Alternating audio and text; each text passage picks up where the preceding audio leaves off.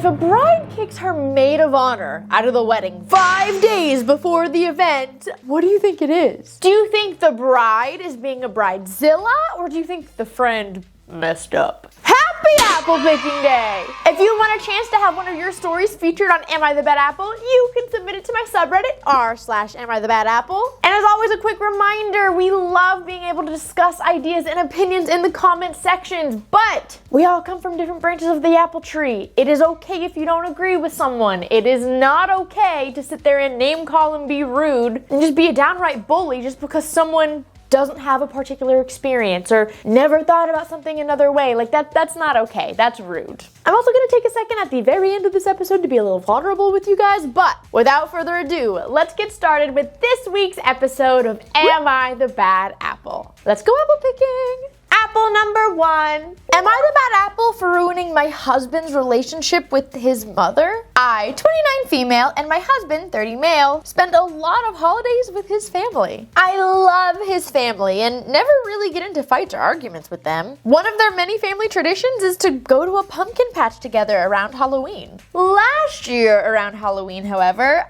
I was 9 months pregnant and asked my husband if it would be okay to make plans earlier, kind of around the end of September. Just, in case I went into labor. We already have 2 other kids and I wanted to make sure they were a part of the pumpkin patch before the new baby arrived. My husband's sister made a really big deal about going early. Her daughter has a soccer tournament on that Saturday and that's just too much for one day. Okay, well, what about the Sunday of that weekend? Oh, well, I guess that could work.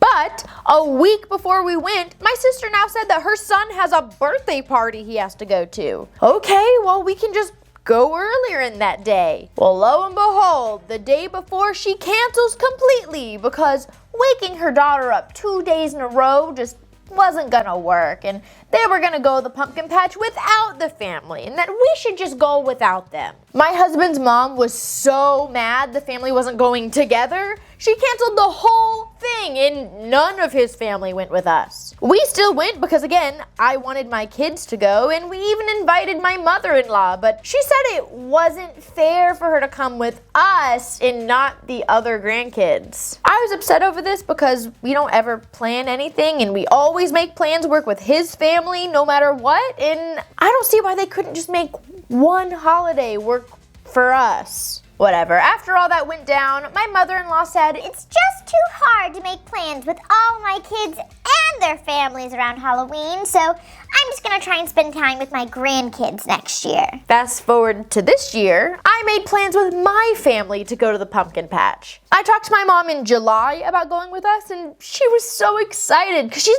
never been to a pumpkin patch before. We made plans for the last day in September, just like the year before, and, well, a week before the last day, my mother-in-law messaged the entire family saying, We're doing the yearly pumpkin patch and we're gonna go the last weekend of September and hey, we can all go then, right? Of course, his sister said, yeah, that works for us, with no excuses this year. But I was livid. I told my husband, we're not going to 2 pumpkin patches in the same weekend, and he agreed. That'd be too much. He told his mom that we're not going because of last year. His mom was fine, but made comments about how she better not see my mom posting pictures on Facebook going with us. I guess my husband left that part out when he told his mom that we weren't going. We went to the pumpkin patch and everything was fine. We had so much fun until, of course, my mom posted photos on Facebook. My husband ended up getting cussed out by his mother because we went with my mom. She went on to say, I don't understand how you could go with her mom when it's my tradition to do the pumpkin patch each year. I should have known this was gonna happen when you ended up with her. Then she removed us and blocked us from Facebook and isn't speaking to us. I don't know why she thinks this is all my fault. Like, she told us last year we weren't doing these events anymore. Was this my fault? Am I the bad apple? Oh, I have so many thoughts. And I think this is gonna be one of those situations where, like, I'm gonna, like, vote a certain way, but I might have acted differently, if that makes sense. So here are my initial thoughts, right? This woman is 9 months pregnant. It really bothers me that no one could even be bothered to like make sure that she doesn't go into labor when they're going, or that, you know, she's taking care. Like, I feel like it would be the nice family thing to do to like plan events around like when she's 9 months pregnant around what her family might need. Just like at other times, they would plan things around when the nephew has a birthday party or the niece has a soccer tournament, you know? Every now and then different family members have different needs, and I feel like it's nice and friendly and loving to take into consideration what your family members might need based off of what they have going on. Like, I'm sorry, but I feel like 9 months pregnant definitely trumps soccer tournament and birthday party. Not saying that that's not important for the kids to go to, but I definitely think like making sure that the pregnant woman doesn't go into labor in the middle of your family tradition like takes a little bit priority. And you might not agree with me on that. That's fine. Like, we know I don't have kids, so like I might just not understand that aspect of kids developing and growing and things like that, and that's fine. That's just like my opinion based off the experience that I have. I think that the 9-month pregnant lady takes priority in this situation. Something that I did kind of also catch though, that maybe I'm reading too much into it, maybe I'm overthinking it. Like, it was just very strange for me to see them like kind of snub their noses at how the sister-in-law was behaving of, well, I can't wake the kids up 2 days in a row. Well, now she has a soccer tournament. Well, now there's a birthday party. That's too much in one weekend. But then they decided that like 2 pumpkin patches was too much in one weekend. And they're like, well, this just makes sense. It's too much. Okay, but then why are we like mad that sister-in-law's kids felt the same way, you know? Like, to me, that part was a little hypocritical, and it doesn't change my vote necessarily. I just did catch that a little bit. And again, let me know if I'm reading too much into it. I could be. Regardless, I definitely think that the mother-in-law, like, well, we can't all go together, so I'm not spending time with any of you. I don't really like that. Like, it's so interesting because on one hand, like, you'll always see those dynamics when the grandmother has like favorite grandchildren. Oh, can I relate to that? But on the other hand, like, I feel like this was a little extreme, you know? Like, this was extreme in the other direction that I don't necessarily love. And I don't think it's unreasonable that when she said, okay, we're never doing this again, I'm not doing that, I'm not taking the time, we're not going together next year, it's not unreasonable for them to make other plans. Like, oh, okay, we're not going together, we'll make our own plans. I don't see anything wrong with that. And I also think it's really ridiculous that mother-in-law feels like she can dictate who her children and grandchildren spend time with. But you better not bring her mother along. Well, that's not your call or your business. Like, and it's Halloween, you know? It's not Christmas dinner, it's not Thanksgiving dinner. Like, it's a pumpkin patch. You know, and I'm not trying to knock what she deems is valuable and important to her. I'm just saying that if what OP is saying is correct and they spend a lot of holidays with her in-laws and their family, I feel like a Halloween pumpkin patch is like a really weird one for that to be the hill you die on, you know? But again, that just might be like what their family deems as important, and that's okay. Like, that's, you know, everyone has their own stuff. Regardless, given the circumstances, I don't think it was crazy for the husband and wife to like make their own plans and go with mother-in-law. I also don't think that it was wrong of them to say like, oh, you guys didn't make the pumpkin patch a priority with us last year, so we're not gonna make it a priority with you this year. Would I have acted the same way? I think we would have just gone ahead and gone, because like Avery and I are just very go with the flow people. Like, we'd probably roll our eyes about it and like talk about it in the car, like, I can't believe blah blah blah blah, but like I think we'd still go. But that doesn't mean that I think that they're wrong for not. I just would have acted differently. Now, when mother-in-law started blaming it all on the wife and started, oh, I knew this would happen when you ended up with her. That's where like I want to see the contact like severed. That's so inappropriate. That is not okay. You can't talk about your daughter-in-law like that. You can't talk about your son's wife and your grandchildren's mother that way. That's rude. That warrants say, look, you either apologize or you don't spend time with us. Like, to me, that's non-negotiable. So I'm going good apple, and I would really like to know how they moved forward and like proceeded forward, and how he got mother-in-law to apologize if he did, and if not, how long they've been going no contact. At least that's what I'm imagining is happening in my brain, because that's what I think should happen. What do you guys think? Do you guys have a different opinion on that? Because I just, you know, I like to read what you guys think. Apple number 2. Am I the bad apple for making my oldest daughter pay $3,000? My oldest, Bethany, 16, has a step-sibling, Maria, 14, almost 15. Bethany and I are white, while my husband and Maria are Mexican descent. They've been in each other's lives since they were 6 and 7 years old, and overall have had a really good relationship until recently. Maria's quinceañera is coming up, and my husband and his ex-wife took her to get a dress. The dress and alterations came out to be about $3,000. My daughter's been getting very jealous of the whole party. I've informed her that it's part of their culture, just like when she had a huge Sweet 16 party with her friends. I've been trying to spend more time with Bethany to make her feel better and valued, and I even got her her own dress for the party, which of course was much cheaper, but still I wanted her to feel pretty. The party's supposed to be in 2 weeks, but my daughter, after an argument with Maria about the television, she scribbled Sharpie all over the expensive dress and ripped the back of it. Everybody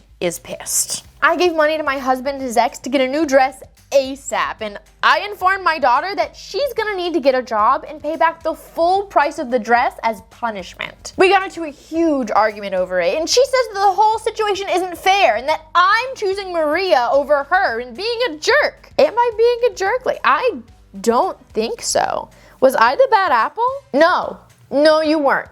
Oh my gosh, your daughter's old enough to understand, or should understand, that's not okay. She should be old enough to understand the value of $1. And to be honest, she should be old enough to understand that, one, life isn't always fair and or equal. For example, I have some friends who are having babies, and they're naturally having baby showers. Just because my friends are having baby showers doesn't mean that I have to go and throw myself a party, because it's not fair that they get a whole baby shower and I get not. No, that's just a part of life. They're embarking on a part of life that is not for me and is not something that I'm a part of, Naturally, I'm not gonna have the same milestones, or just because I had a bat mitzvah when I was 12 or 13 doesn't mean that everyone else in my class was then obligated to have their own giant party, because they're not Jewish, they're not having bar bat mitzvahs. And I feel like there are going to be some people in the comments that are like, it's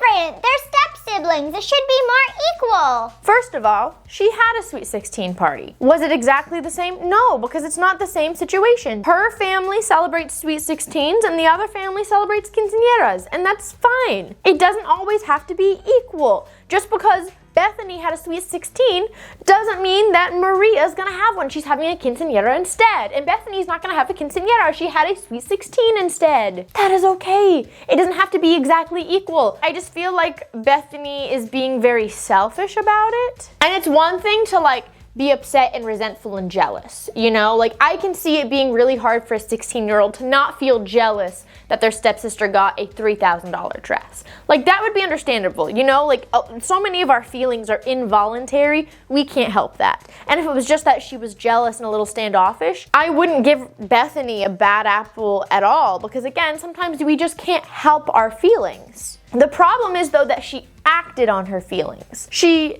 didn't get in an argument about the quinceañera and about feeling left out. They got in an argument about the television. Whether it was on a show she wanted to watch or didn't want to watch, who knows, who cares? She got in a stupid argument and then decided to get back at Maria by ruining a $3,000 dress. She absolutely should be responsible for that. To be quite honest, I'm a huge, I don't have kids, we all know this, right? But I'm a huge supporter of parents, teachers, whatever, having the idea and the mentality that the punishment should fit the crime, because it's supposed to teach a lesson, it's supposed to prohibit whatever behavior. So I think the punishment of you have to get a job and all of what you make is gonna go back to paying this back until you pay it back, and then you can keep whatever you make. I think that's a great punishment. Now, I definitely don't think that it's too harsh by any means. I wonder, and again, I'm just wondering because I don't have kids, I don't actually know.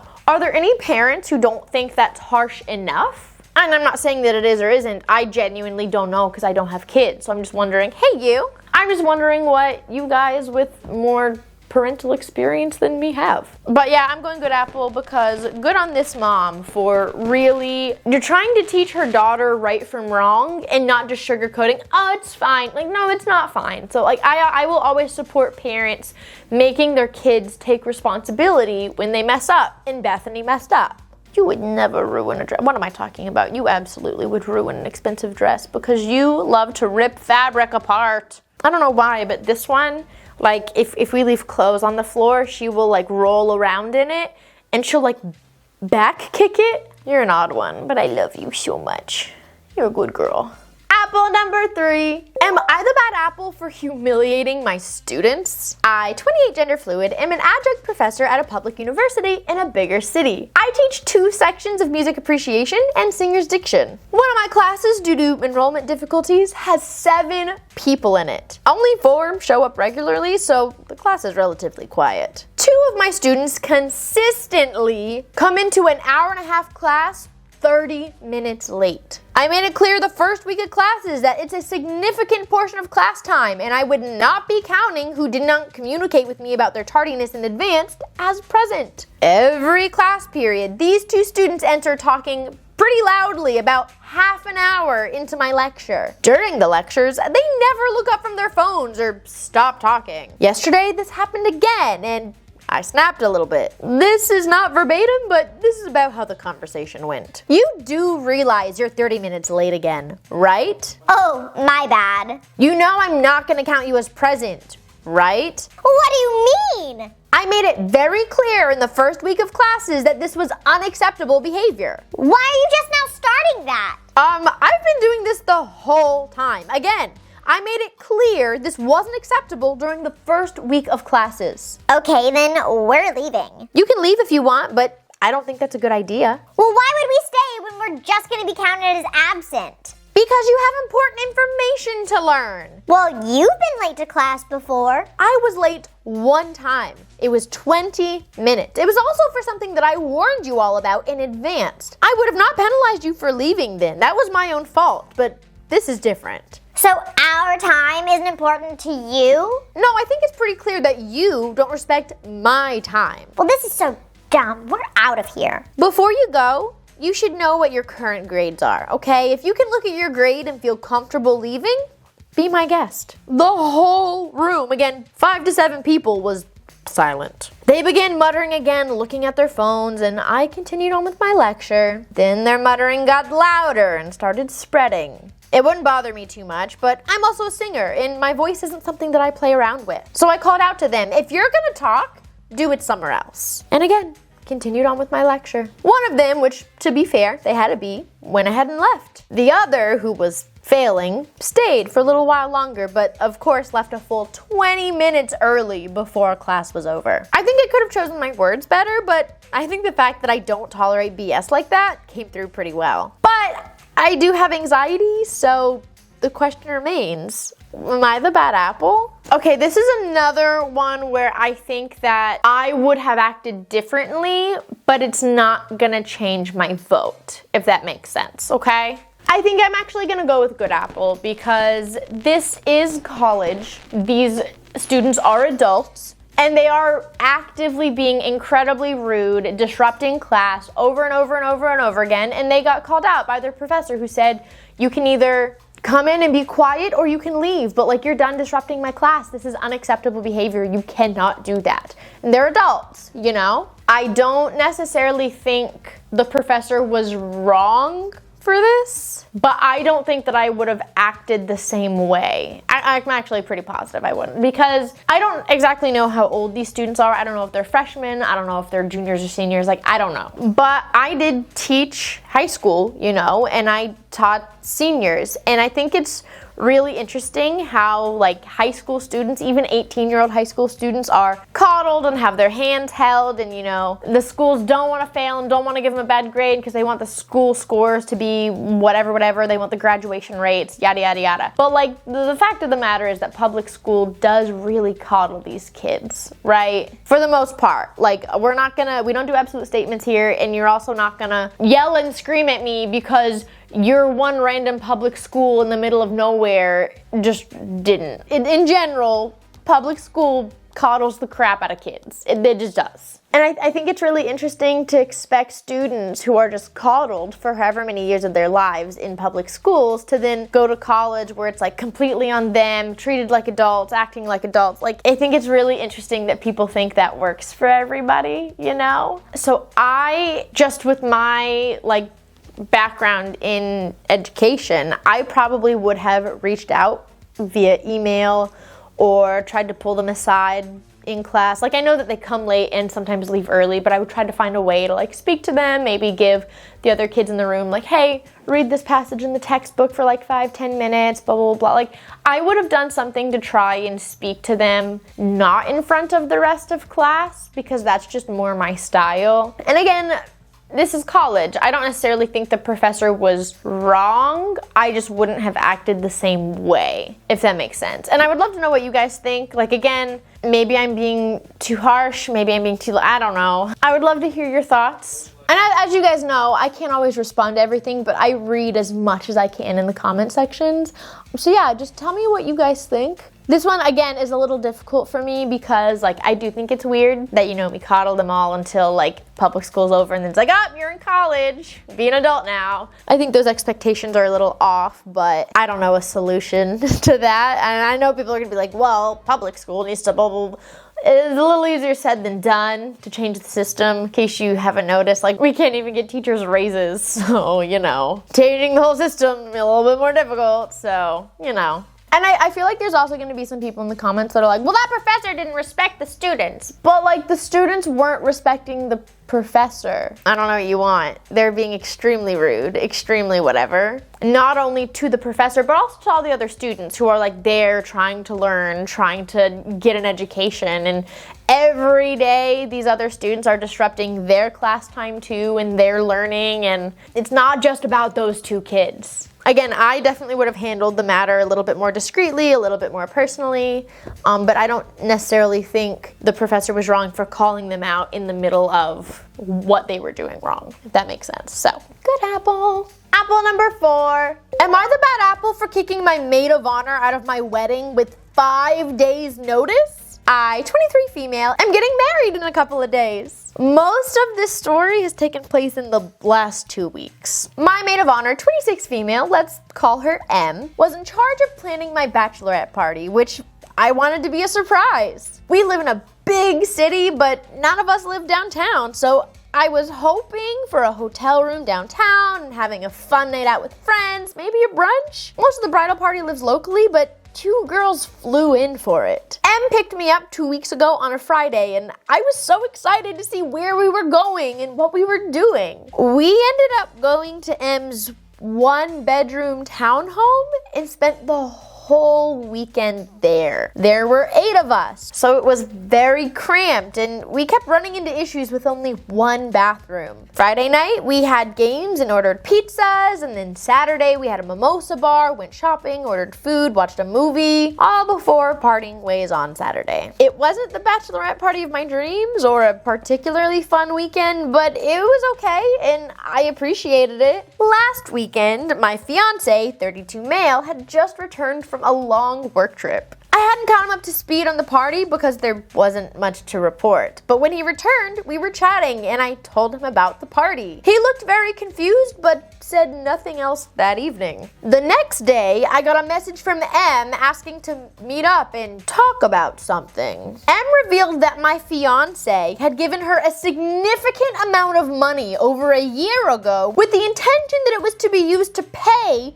for a big bachelorette party for me. It would have been enough to pay for the entire bridal party to do a week-long vacation out of town, including airfare, hotel, food, drinks, and a lot of fun. I wasn't expecting this type of an extravagant event. I mean, a weekend downtown would have been wonderful, even though the party at her home wasn't what I hoped for. I was fine with it because I got to be with all my friends, but M instead used the money my fiance gave her to pay off her credit card debt in hope that no one would notice. I told her I needed some time to process and just went home. After talking with my fiance about it, I decided that the best action would be to remove her from the wedding. I came to this decision because I don't feel like I can trust her, and I don't want her standing next to me at my wedding. I slept on it overnight and sent her a text saying this on Monday. Since then, I've been getting texts from her mom and her boyfriend telling me how awful I am for doing this since I didn't need a big party and M was able to financially benefit and help herself, so what am I even mad about? My mom is also against me removing her from the party, saying that she's like a sister to our family and it would be tragic for me to get married without M there. The rest of the bridal party was split, half saying that I shouldn't have kicked her out and the other half agreeing with me. Emma's called me crying because she already has her dress, which I paid for, and that she can't wear it anywhere else. At this point, I just want the wedding to be over with so that I can be on my honeymoon and not have to deal with any of these people. But were my actions too extreme? Am I the bad apple? This girl stole thousands of dollars from you. And I don't know the exact amount, but she's saying airfare, hotels, food for 8 people. Like, I want to call it tens of thousands, but I don't actually know. So I'm just going to say thousands. She stole thousands of dollars from you, and you want to cut her out of your life, and people are telling you you're overreacting? She stole from you. No, you cannot convince me that's not a friendship ending thing. You stole money from her. Money that was supposed to go towards her wedding festivities, and you instead were like, she doesn't need anything special. What kind of a friend does that? That's not a friend. That's especially not a best friend, a maid of honor. No. My friend Sarah, and I don't know how much she knows this, so we're just gonna pretend that she doesn't know this. It's not a big deal, but I'm her maid of honor at her wedding this June. We just threw her a bachelorette party in Savannah, and some of the other bridesmaids had some budgets, which is okay. So there is a bunch of stuff that I just paid for that no one really knows about, and that's okay. It's fine. It's not a big deal, but because I want my friend to have the extra fun and the extra whatever, and I want this to be a good experience for her. I can't even imagine receiving the entire party paid for and you know what? She doesn't need this. What? Absolutely not. That is a bad friend. I vote not only kick them out of the wedding, kick them out of your life. Okay, this is not an individual that will add anything productive or positive. The fact that her mother and her boyfriend and some of your mutual friends are trying to convince you, it's not that bad. She's better off financially, so who really cares? They're not your friends either. They don't care about you. They don't care about what's best for you. This is a very, very toxic group of people that I highly recommend running to the hills from. The bridal party, I feel like I'm at least hoping they're not saying, oh, she was right to steal your money. I'm hoping they're just oh, maybe give her another chance. I'm hoping they're not actually defending her and saying she did nothing wrong. I'm just gonna tell myself that because I just can't imagine. I think you need better friends. But I'm going good, Apple. Final vote. You cannot convince me. You will not be able to convince me in the comments. There are some stories where I'm you guys might be able to sway me one way or another in the comments. This one, no. Nope. You will not convince me that these people are good for OP and her mental health and her livelihood. Absolutely not. Cut them out. So, I got 4 good apples. And there's some that, again, you might be able to sway me in the comments on, but 4 good apples. What a great start to November because we're starting off with a sweet old apple pie. At least that's what I got. I would love to know what you guys got down in the comments. Did you get anything similar to me, different than me? Let me know. I love to read them. And to be a little vulnerable with you all. I try to be very transparent about the world of content creation and blah, blah, blah, and the things that I do and all that stuff. Now, I don't know where most of you guys found me. Did you find me from Bad Apple? Did you find me on another platform? Did you find me from the school stories with Connor and Kyle and them? I don't really know. But I am predominantly a shorts creator, short form content, whether it's TikToks or YouTube shorts or Reels, whatever it is, right? I'm still trying to figure out long content. And long content, for example, Am I the Bad Apple is my favorite kind of long content that I do right now. It is also the most successful long content that I do right now. And I've been trying a couple other things, other days of the week, such as, I have the podcast that is always on Thursdays. If you didn't know that, I always post my podcast stuff on Thursdays. But I've also been dabbling with some other ways to incorporate Connor and Kyle, because people loved them when I did the teacher skits so much. And I don't really want to lose them. So I've started this new kind of playlist. It's called Connor's Adventures. And basically what I'm doing is I'm having AI come up with like a random kind of prompt. And I am like taking that prompt and writing an entire like 5 to 10 minute skit surrounded with like Connor and Kyle in that universe. And then just kind of breaking it up into 1 minute skits, like 1 minute clips each that I post one a day for a week. And at the end of the week, I'm posting the full video, like the full 5-10 minute video. Because I know some of you guys predominantly watch short content. I know some of you guys predominantly watch long content. They call it VODs in the social media world. Like the longer videos, anything more than a minute is called a VOD. And I'm just trying to figure out if I should keep posting the clips one day and then also post all of them together as the one 5 to 10 minute video at the very end, or if I should only post the clips, or if I should only post the VOD. I'm just trying to figure it out because like I don't know if it's just that people aren't finding them or if I should post them differently or do something different with them. So I just want to know what you guys want and like what works for you. Or if you had no idea if I was even doing this, I'll link them. But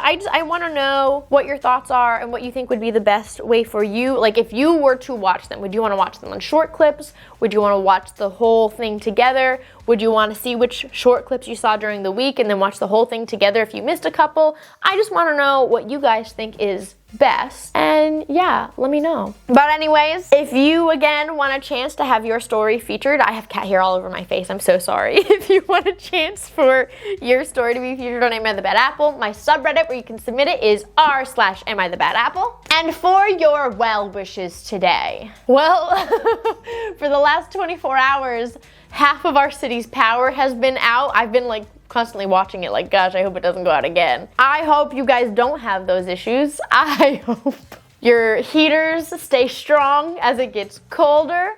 I hope that you get a chance to like curl up by the fireplace and have a nice cup of hot cocoa and really just enjoy this fall weather. Halloween's done, Thanksgiving's coming up, and just start enjoying this time of year. And don't lose power like me. So, thank you guys so much for joining me today, and I hope to see y'all next week. Bye, my lovelies. Mwah.